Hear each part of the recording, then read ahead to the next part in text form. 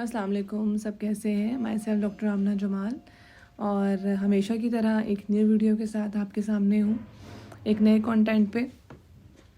अगर अभी तक आपने मेरे चैनल को सब्सक्राइब नहीं किया तो काइंडली सब्सक्राइब कर दें, बेल आइकन प्रेस कर दें ताकि मेरी हर न्यू वीडियो आप तक पहुँच सके। मेरी जो आज की वीडियो है उसका कंटेंट एक्नी पर ही है। जैसे मैंने पिछली वीडियो पर डिस्कस किया था कि एक्नी जो होती है उसकी क्या रीज़न्स होती हैं, वो क्यों बनती हैं फ़ीमेल्स में।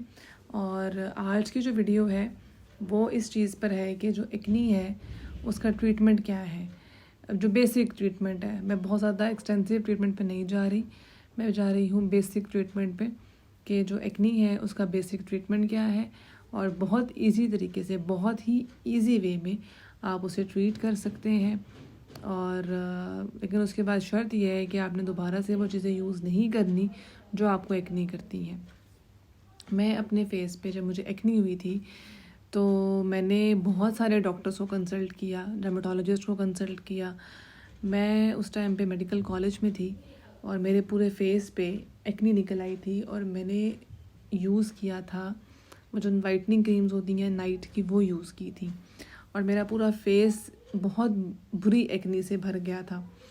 और मैं बहुत फिरी हूँ डॉक्टर्स के पास और मुझे जो है कभी किसी से क्या ट्रीटमेंट, किसी से क्या ट्रीटमेंट, लेकिन सेटिस्फैक्ट्री ट्रीटमेंट नहीं मिला। फिर एक डॉक्टर थी हमारी, थी तो वो डिप्लोमा होल्डर लेकिन बहुत अच्छी थी और उन्होंने मुझे जो है ट्रीटमेंट दिया उस टाइम पे और मैं आज तक उनकी शुक्रगुज़ार हूँ कि ये ट्रीटमेंट बहुत सिंपल ट्रीटमेंट था लेकिन कंसिस्टेंसी चाहिए होती है आपको हमेशा। स्किन के मामले में कंसिस्टेंसी इज़ वेरी इंपॉर्टेंट, ठीक है। अगर आप कंसिस्टेंट वे में नहीं यूज़ करोगे कोई चीज़ तो वो ठीक नहीं करेगी। ये नहीं है कि 2 दिन आपने यूज़ किया और उसके बाद आपने कहा कि मेरी स्किन ठीक हो जाए, तो ऐसा नहीं है। उसके बाद जब वो ट्रीटमेंट मैंने लिया तो विदिन 1 to 2 वीक्स मेरी एक्नी सेटल डाउन होना शुरू हो गई। फिर मार्क्स रह गए, मार्क्स के लिए उन्होंने मुझे ट्यूब बताई, वो मैंने यूज़ की और मेरे मार्क्स भी ख़त्म हो गए, ठीक है। तो वो बहुत ही ज़बरदस्त ट्रीटमेंट था जो मैंने किया और मेरा फेस बिल्कुल नीट एंड क्लीन हो गया। और उसके बाद मैंने कोई ऐसा पंगा नहीं लिया, कोई ऐसी चीज़ यूज़ नहीं की फेस पे कि मुझे उससे एक्नी हो। उसके बाद जब मैं हाउस जॉब में आई तो हाउस जॉब में बेड बग्स होते हैं, हमारे वार्ड्स में बहुत कॉमन है, उनसे मुझे एक अजीब सी इचिंग फेस पे स्टार्ट हो गई। फिर मैंने उसका ट्रीटमेंट लिया। खैर वो तो मुझे बहुत ही कॉस्टली पड़ा क्योंकि वो एक्नी नहीं थी, वो कोई और चीज़ थी। एक इचिंग थी फेस पे जो बहुत ज़्यादा होती थी और सनलाइट में बहुत बढ़ जाती थी और मेरे पूरे फेस पे रेज्ड एरियाज बन गए थे। वो सॉर्ट ऑफ एलर्जिक रिएक्शन था। खैर बताने का मकसद ये है कि मुझे एक्नी के साथ मेरा बहुत पुराना ताल्लुक़ है और मैंने कोई डॉक्टर नहीं छोड़ा कि जिसके पास मैं ना गई हूँ ट्रीटमेंट के लिए जब मैं मेडिकल कॉलेज में थी।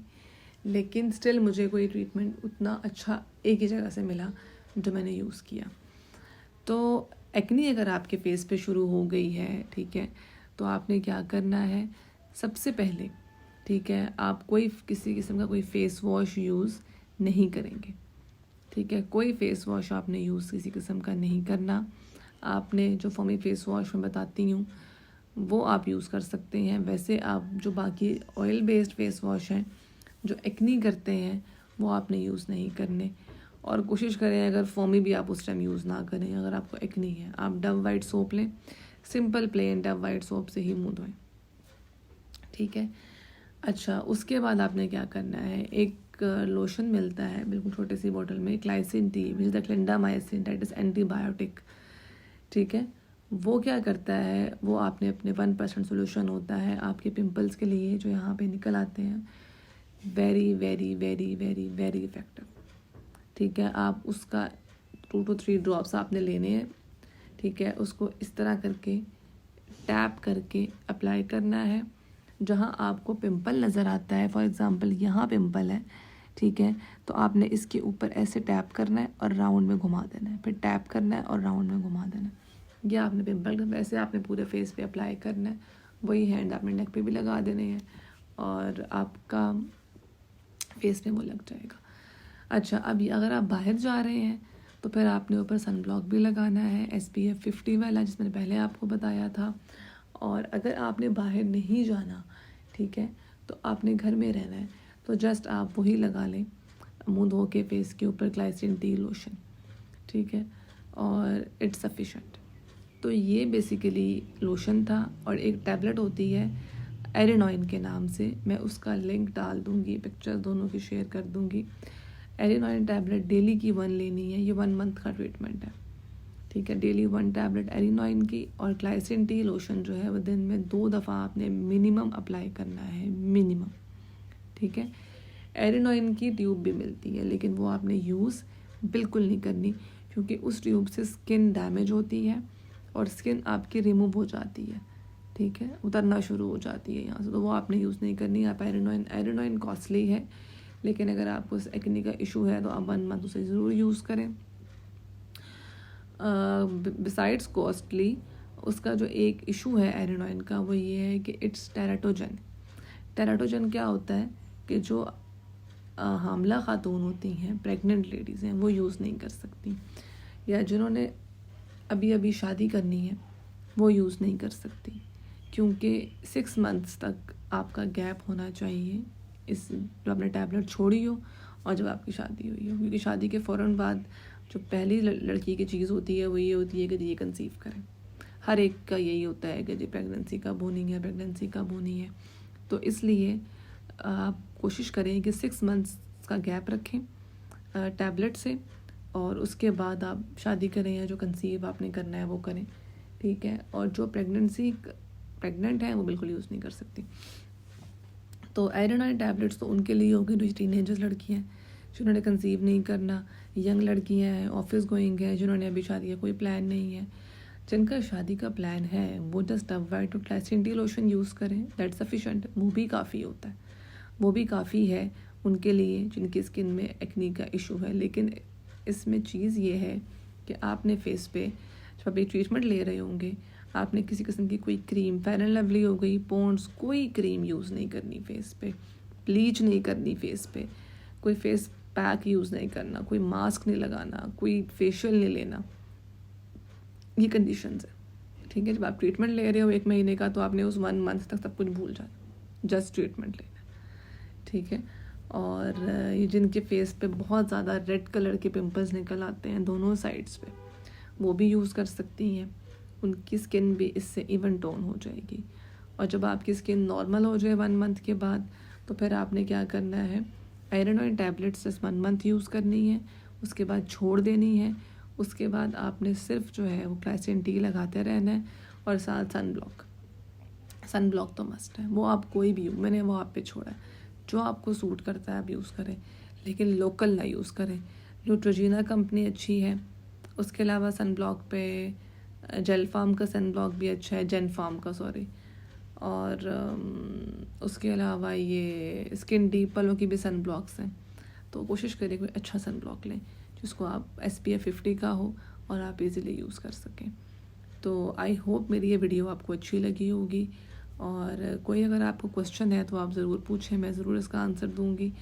और मेरी वीडियो को लाइक ज़रूर करें, शेयर ज़रूर करें, और कमेंट ज़रूर करें, ताकि मैं आपकी क्वेरीज जो हैं वो दूर कर सकूं। किसी को कोई एक्ने का इशू है, कोई एक्ने का डिफरेंट इशू है, ठीक है, जैसे एक्ने वल्गैरिस या कॉन्टैक्ट डर्मेटाइटिस जिसको हम बोलते हैं, ये वो है, ठीक है। इसमें पिंपल्स फेस पे मोटे मोटे बन जाते हैं, और जिस तरह के यहाँ बनना शुरू, मेरा तो जैसे यहाँ निकले ये एक्ने नहीं है, ठीक है। ये ऐसा है कि आपने कोई चीज़ ऐसी यूज़ की, फॉर एग्ज़ाम्पल मैं मैंगो बहुत खाती हूँ तो मुझे उससे निकल आते हैं, ठीक है। तो वैसे तो ये कहते हैं मिथ है, खाने पीने से नहीं निकलता, लेकिन निकल आते हैं, तो मैंगो से तो मस्त निकलते हैं। तो उस पर वो एक्ने नहीं है, ये अब ये खुद ही सेटल हो जाएगा, मैं इस पर कुछ नहीं लगाऊंगी। लेकिन अगर आपको प्रॉपर एक्ने है कि पिंपल बन रहा है, यहाँ बन रहा है, पूरे फेस पे पिंपल्स हो गए हैं और फैल रहे हैं और बढ़ रहे हैं और बड़े हो रहे हैं, तो उनके लिए ये है। किसी किस्म की कोई डर्मोवेट क्रीम यूज़ नहीं करनी, ठीक है। ये आप ऑन द काउंटर जाते हैं और जाके आप कहते हैं कि जो ये फार्मेसी वाले होते हैं कि जी मुझे ये एक्ने का इशू है, तो मुझे काइंडली कोई वो डर्मोवेट लिख देते हैं, वो आपको कोई बेटनोवेट लिख देते हैं, ठीक है। तो ये चीज़ें यूज़ बिल्कुल भी नहीं करनी, क्योंकि ये स्टेरॉयड है, और स्टेरॉयड आपकी स्किन को सिर्फ डैमेज करेगा, उसको सूधन नहीं करेगा। ठीक है, जब हम कोई वाइटनिंग क्रीम्स यूज़ करते हैं तो वाइटनिंग क्रीम्स बेसिकली क्या है, वाइटनिंग क्रीम्स आर स्टेरॉइड्स। तो स्टेरॉइड्स आप जब आप ट्रीटमेंट लेने जाते हो फिर आप स्टेरॉइड यूज़ कर रहे हो, तो स्टेरॉइड क्या करेगा, वक्ती तौर पर शायद आपकी एक्ने को सेटल कर दे, लेकिन आपकी रेडनेस कर देगा। आप सनलाइट में जाओगे, आपकी फेस की जो आपकी स्किन है ये ब्लश करेगी यहाँ से बहुत ज़्यादा। ठीक है, क्योंकि स्टेरॉइड का काम होता है कि वो आपकी स्किन की लेयर को क्या करता है, थिन कर देता है, पतला कर देता है। ठीक है, तो फिर उसके बाद जब आप सनलाइट में जाओगे तो आपको रेडनेस, इचिंग, पिंपल्स ये इश्यूज़ रहेंगे। ठीक है, टैन हो जाएगी, आपकी स्किन ब्लैक हो जाएगी। तो ये बेसिक चीज़ है जो मैंने आपको बताई है। स्टेरॉइड्स के करीब बिल्कुल नहीं जाना, नो स्टेरॉइड्स, से नो टू स्टेरॉइड्स। और सिर्फ आपने यूज़ करनी है जो ग्लाइसिन टी है, वो एंटीबायोटिक है, दूसरी वाली आइसोट्रेटिनोइन है। ये दोनों चीज़ें बहुत अच्छी हैं और ये इसमें स्टेरॉइड बिल्कुल नहीं है। सन ब्लॉक में तो वैसे स्टेरॉइड नहीं होता, तो ये चीज़ें काइंडली आप यूज़ करें। ठीक है, और local products, local makeup products, local किस्म के जो आपके सीरम्स होते हैं इनसे अवॉइड करें, टोटली अवॉइड करें, टोटली अवॉइड करें। लोकल लिपस्टिक्स होती हैं, लड़कियां वही यहाँ लगाती हैं, वही यहाँ लगा लेती हैं लिपस्टिक्स, तो उससे पिंपल्स बन जाते हैं। आप टेंट यूज़ कर लें, कोई अच्छा टेंट ले लें। ठीक है, और जो काफ़ी टाइम चल भी जाते हैं, उनकी क्वांटिटी बहुत अच्छी होती है। एनीवेज, मैं इंशाल्लाह नेक्स्ट वीडियो में आऊँगी आपके पास। तब तक के लिए अल्लाह हाफ़िज़, अपनी दुआओं में याद रखिएगा और कोई क्वेश्चन हो ज़रूर पूछें। टेक केयर, अल्लाह हाफ़िज़।